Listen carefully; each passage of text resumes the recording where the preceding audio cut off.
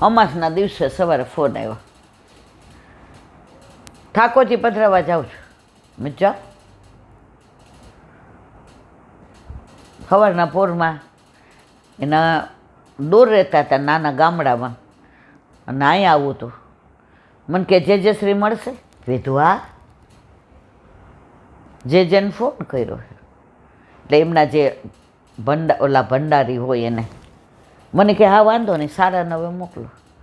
ઓલા બેન કે આમે એલા બેન હું નીકળું 8 વાગે, તો હું ગામડે રહું 1.5 કલાકે. ઠાકોરજી પુષ્ટ કરાવીને આવ્યા.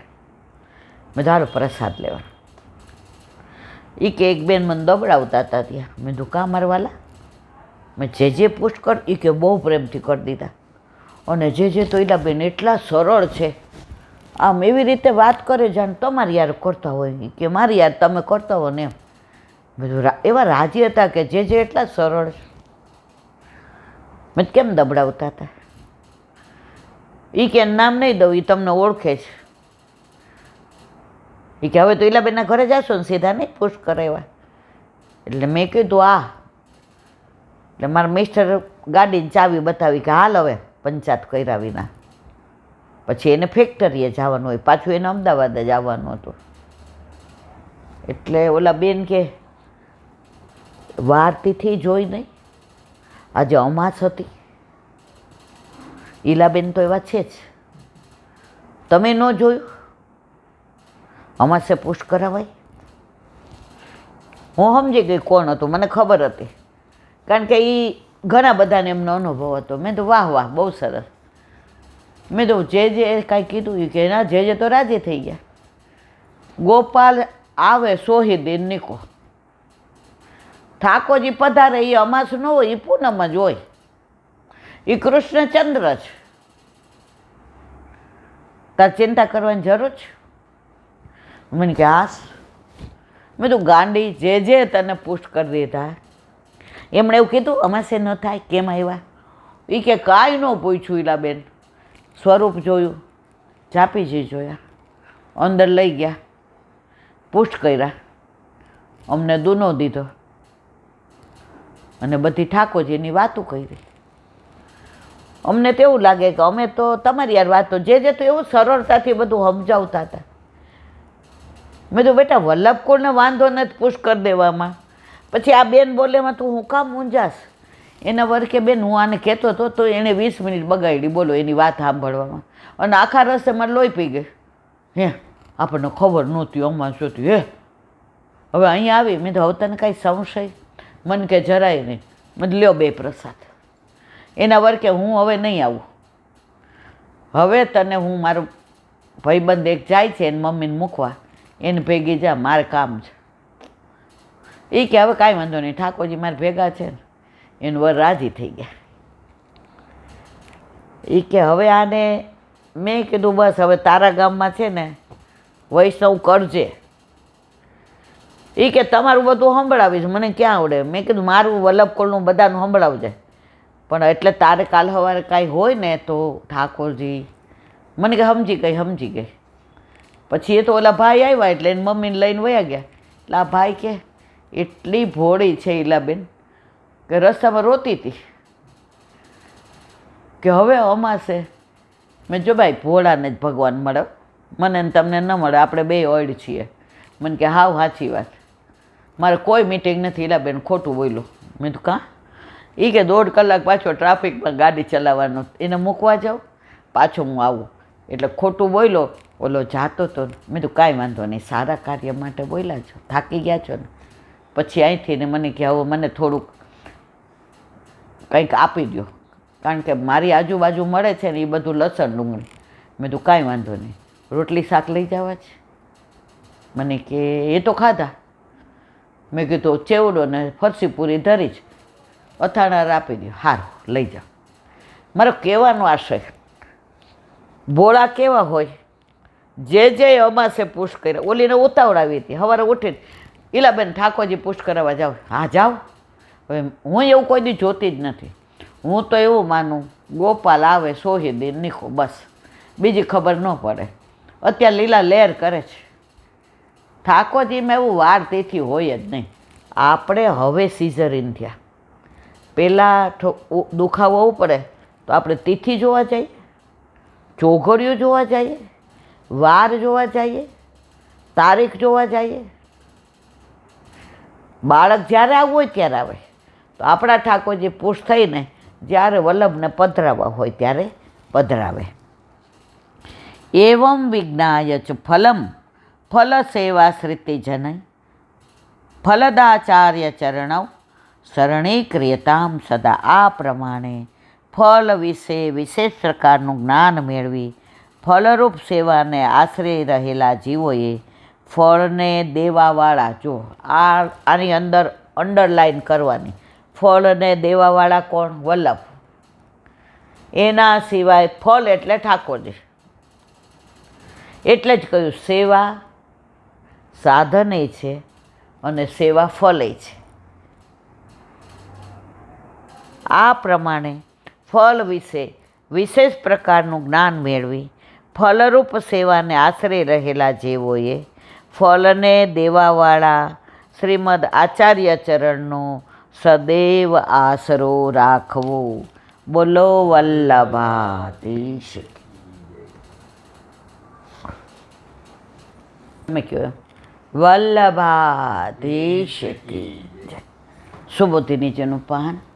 વલ્લભ કરાવે તો થાય, આને સ્પર્શ કરવો આપણા બસની વાત નથી. નારદજી જે વ્યક્ત કરે છે વ્યથા એનું વિવરણ.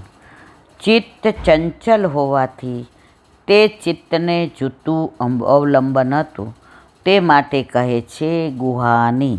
ભગવાનના ચરિત્રો ગૂઢ હતા, એટલે કે લોકમાં જાહેરમાં કેવા યોગ્ય ન હતા.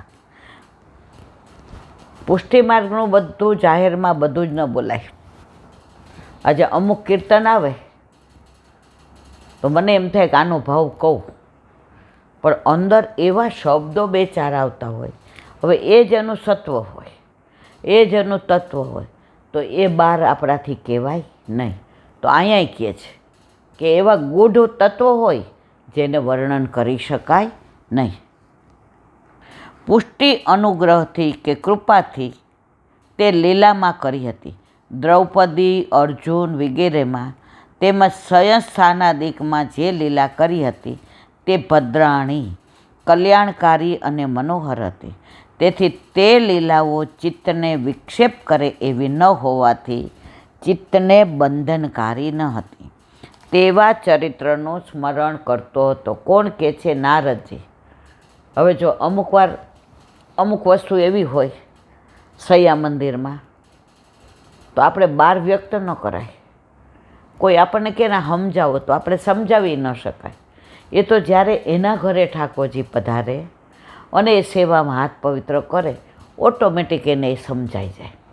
મા બને ને, બાવાના વચનામૃત છે 25-30 વર્ષ પહેલાંના. એક દીકરી હતી, સુવાવડ કરવા આવી પિયરમાં, માની બાજુમાં સૂતી હતી. હવે 9મો મહિનો બેઠો એટલે બધાય કહેતા હતા હવે ધ્યાન રાખવાનું, હવે ધ્યાન રાખવાનું, હવે ગમે ત્યારે દુખાવવું પડે. એટલે રાતના એની માને ઉઠાડી 12 વાગે. એ કેમ બા આ બાળક આવે ને તો તું મને ઉઠાડજે ને, પછી મને ખબર નહીં પડે. એની બાએ શું કીધું? બેટા તું મને ઉઠાડીશ, મારે તને નહીં ઉઠાડવી પડે, કારણ કે આ દરદ એવું છે.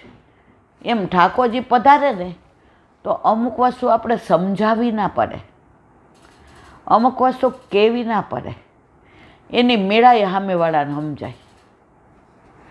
આપણા ઘરે ઠાકોરજી પધાર્યા, હવે ઓઢાડવા માટે કાંઈ નહીં. હવે મેં કીધું પિન્ટુ, મોન્ટુ, તમે, હું 4 જ હતા. આ ઠાકોરજીએ 10 કર્યા, મારા વાલાની અનહદ કૃપા. હવે ઠાકોરજીને ઓઢાડવાનું. જુઓ આપણે મા બન્યા પણ ખબર નહીં, પણ મા બને ને રસ્તો કાઢી લે.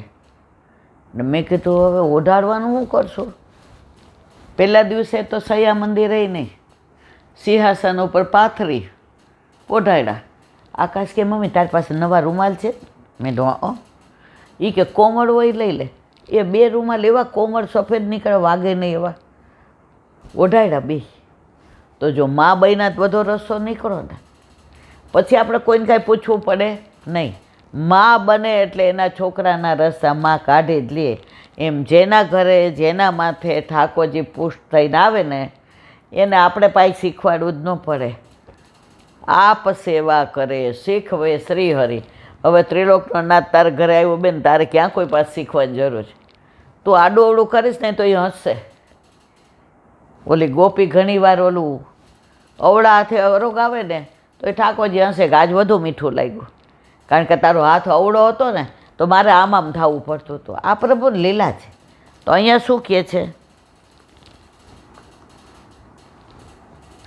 તે લીલાઓ ચિત્તને વિક્ષેપ કરે તેવી ન હોવાથી, ચિત્તને બંધનકારી ન હતી તેવા ચરિત્રોનું સ્મરણ કરતો હતો અને જે સ્પષ્ટ કહ્યા હતા તેનું પઠન કરતો હતો. તેમજ જે ચરિત્રો કરેલા હતા અને કરવાના હતા એનું પણ ભગવાનની કૃપાથી સ્મરણ. જો નારદજી એક વાક્ય સરસ કીધું, જે થયું એ તો બરાબર, પણ થવાનું હતું ને એ હવે નારદજીને ખબર પડી ગઈ. કારણ પ્રભુએ હૃદયમાં દર્શન આપ્યા અને વાણીથીને એને સમજાવી દીધું. તેમ કરતાં કરતાં શરીરનું કૃત્ય પણ કરે છે. ગામ પર્યટન, હું પૃથ્વી પણ ફરતો હતો. અહીં પૃથ્વી માટે ગામ પદ મૂક્યું છે. એ બતાવે છે કે જેમ ગાયની સેવા કરવી તે ધર્મ છે, તેમ પૃથ્વીની સેવા કરવી એ પણ ધર્મ છે. પર્યટનમ પરિતઃ અટનમ, એટલે કે પૃથ્વીના ચારે બાજુ ફરતો હતો, એક સીધા રસ્તે હું જતો ન હતો. આમ લજ્જાનો ત્યાગ કરે. જુઓ, એકવાર તમે બધું છોડી દો ને પછી શરમ રહે જ નહીં. શરમ રહે એટલે સમજી જાવ કે હજી સંસારમાં છો. શરમ કોની આવે ખબર? સંસારી નહીં. ઠાકોરજીમાં રદ થઈ જાય પણ દુનિયા જખ મારે, હજી આપણે ત્યાં સુધી પહોંચ્યા નથી. આમ લજ્જાનો ત્યાગ કરી નામોચ્ચાર એક સાધનરૂપ બતાવી એ ફળના સાધનરૂપ 5 અંગોનું નિરૂપણ કરે છે. તુષ્ટ બના. જો પૃથ્વીનું ભ્રમણ કોઈ અન્ય કારણે હોત તો મન પરિતૃપ્ત ન થાય, પણ આ પર્યટન ભગવત સેવાના અંગરૂપ હતું. વલ્લભે દેવી જીવ માટે કેવી 3 પરિક્રમા ઉઘાડા ચરણે કરી. અહીંયા નારદજી કહે છે કે ભગવત સેવા માટે હતું, રખડવા કે ભટક. ઘણાય નહીં કહેતા અમે આ દેશ આજે 400 કિલોમીટર સાયકલ ઉપર જઈએ છીએ, અમારે દારૂ મુક્તિનો સંદેશ આપવો છે, અમારે તમાકુ મુક્તિનો આપવો છે. આ બધા માટે જાઓ ને એને ભ્રમણ કહેવાય. પણ પરિક્રમા કોને કહેવાય? તમે ભગવત સેવા માટે નીકળો એને. એટલે મનને સંતોષ થયો. ભગવાન માટે કાંઈ કરું ને તો મનને સંતોષ થાય. ઘણીવાર આ હાથ આવ રહી ગયો હોય ને અને તૃપ્તિ ટાઈમમાં હોય ને, હવે મને એમ થાય કાંઈ છે ને ગળું ધરાવવાનું, મારા વાલાને ગળા વિના તો હાલે નહીં. હવે સુખડી બનાવી છે, વિચાર કરું. હવે તમે ગયા હો દવાખાને, ડિસ્પેન્સરીમાં દવા લેવા, આકાશ તો વયો જાય, તૃપ્તિને અડાય એવું ન હોય, સગુન હોય નહીં. હવે ગળું એ આવીને કરાવ્યો. આ હાથ આમ ન થતો હોય ને તો એ આવીને કરાવે. કારણ મનમાં ભાવ શું છે? મારે લાલા ગળા વિના નહીં હાલે. આજે શાક એક ઓછું હશે ને તો એ આરોગી લેશે, દાળ ભાત સંભારો ને રોટલી, પણ ગળું નહીં હોય ને તો એને ગળે નહીં ઉતરે. એ ભાવ આવ્યો ને એટલે હાથ આમ નહીં થતો હોય ને. જો હવે હમણાં અઠવાડિયાથી હાથ આમ નથી થતો તો એ એની મેળાઈ કરાવે છે. ઘણીવાર મને એમ થાય ડૉક્ટરે તો એવું કીધું નવાશે નહીં, વાળ નહીં ઓળાય, હાથ આમ રહેશે, પણ આ ક્યારે એ કરાવે એ જાણે અને મારો વાલો જાણે.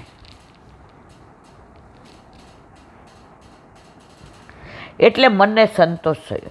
જોકે આવી રીતે પૃથ્વી પર ફરવાથી કોઈ સ્થળે આશ્ચર્ય ઉપજાવે એવા પદાર્થો જોવાય છે, કોઈ સ્થળે પવિત્ર તીર્થોનો અનુભવ થાય. તેથી લૌકિક અને અલૌકિક બંને ફળો થાય છે, તો પણ તેમાં ઈચ્છા નથી. માટે કહે છે ગતસ્પૃહા, એની ઈચ્છાઓ નિવૃત્ત થઈ ગઈ હતી. પણ જુદા જુદા દેશ અને કાળનો સંબંધ થાય ત્યારે શું કરવું? જૈમિનીના પૂર્વ મીમાંસાના 2 અધ્યાયમાં કર્મનું નિરૂપણ કર્યું છે. નિત્ય અને કામ્ય એમ અગ્નિક્ષેત્રાદિ કર્મના બે ભેદ છે. તે જ પ્રમાણે દેશના સંબંધમાં વપન કરવું, મુંડન, તુલા, મકર અને મેષની સંક્રાંતિમાં સ્નાનાદિ વગેરે કર્મોના ભેદ છે. આ બધું મર્યાદા માર્ગીય રીતે છે. પણ ઘણીવાર જો મેષ સંક્રાંતિ હોય ને તો આપણી ટિપ્પણીમાં લખ્યું હોય છે કે સત્વો ધરાવવો. તો અમુક વલ્લભે વેદ પ્રમાણે પણ આપણને સેવામાં વેદને ગણીને જ વલ્લભે કર્યું છે. વેદ વિહિત કોઈ કાર્ય વલ્લભે કર્યા નથી. ઓ બાપા, ત્યાં આ કર્મો નારદજીએ કર્યો કે નહીં એવું શંકાનું સમાધાન કરવા કહે, કાલમ પ્રતીક્ષણ. હું પ્રથમથી જ કાળની પ્રતીક્ષામાં હતો. એટલે શરીર રક્ષા વગેરેનું સાધન નહોતું, અથવા શરીરનો બાધ કરનાર કોઈ આવે તો પણ અંતઃકરણમાં ક્લેશ નહોતો. હવે એકદમ અંતઃકરણ શુદ્ધ થઈ ગયું હતું. હવે કોઈ દ્વેષ નહોતો, ક્લેશ નહોતો, પાપ નહોતો, પ્રપંચ. હવે એક જ તમે નાતી, મારા પ્રભુ મને દર્શન આપે.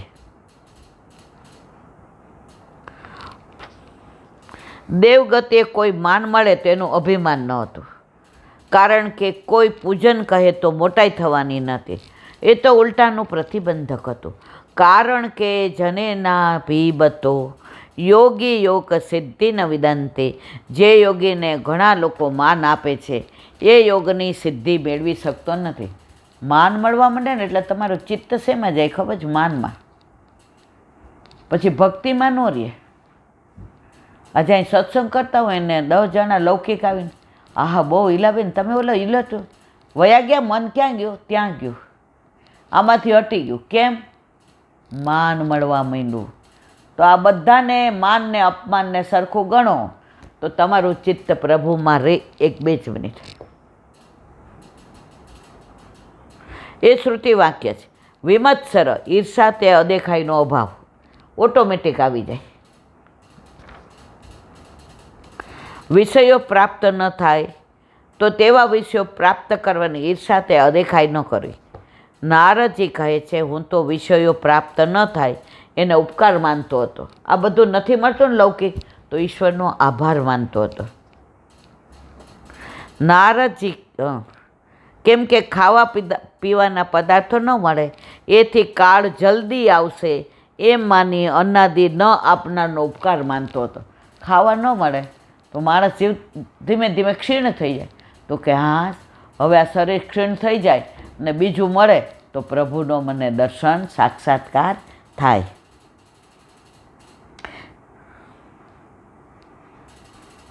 એમની અદેખાઈ ન કરતો. જે પદાર્થ બાધક ન હોય તે આપનાર હોય તો તેમાં ભગવાનની આજ્ઞાનો નિર્વાહ થઈ શકે, પણ નિષિદ્ધ પદાર્થ આપનાર તો બાધક છે, તેથી તેમને સહન કરતો. બોલો વલ્લભાધીશ કી. શ્રીમદ ભાગવત અને મારા ગુરુદેવને દંડવત प्रणाम करूँ છું.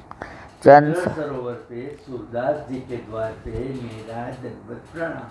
सूर्य कुंड पे परमानंदास जी के द्वार पे मेरा दंडवत प्रणाम. जमुना जमुनावता पे संकर्षण कुंड पे कुंभनदास जी के द्वार पे मेरा दंडवत प्रणाम. बिच्छू कुंड पे कृष्णदास जी के द्वार पे मेरा दंडवत प्रणाम. कदम खंडी पे गोविंद स्वामी के द्वार पे मेरा दंडवत प्रणाम.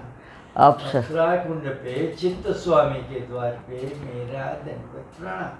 मानसी गंगा पे नंददास जी के द्वार पे मेरा दंडवत प्रणाम. रुद्र कुंड पे चत्रभुजदास जी के द्वार पे मेरा दंडवत प्रणाम. વ્રજ વિલાસ વ્રજની ગોપિકાઓને મારા દંડવત પ્રણામ. હે વલ્લભ, સવારથી અત્યાર સુધી સેવા સ્મરણ સત્સંગ જે પણ તે કરાવ્યું તે તારા ચરણારવિંદમાં સમર્પણ કરું છું. ભૂલ અપરાધ થઈ હોય તો ક્ષમા કરજો. બોલો વલ્લભાધીશ કી જય. દ્રઢયન ચરણ દ્રઢયન ચરણ કેરો વલ્લભ चंद्र छटा बिन सब जुग माय अंधेरो भरोसो दृढ़ न चरण न के साधन और नहीं आकली में जासो होय निवेरो सूर का कहे द्विविध आंधरो बिना मोल को चेरो भरोसो दृढ़ न चरण न दृढ़ न चरण न दृढ़ न चरण न केरो શ્રી વલ્લભાધીશ કી જય. આજનો આ સત્સંગ મારા વલ્લભના ચરણારવિંદમાં સમર્પણ કરું છું. ભૂલ અપરાધ થઈ હોય તો ક્ષમા કરજો. આ મારા વલ્લભની વાણી અને ભૂલો એ મારી. બોલો વલ્લભાધીશ કી જય. બધાય વૈષ્ણવને જય કરી જય શ્રી કૃષ્ણ. જય શ્રી કૃષ્ણ.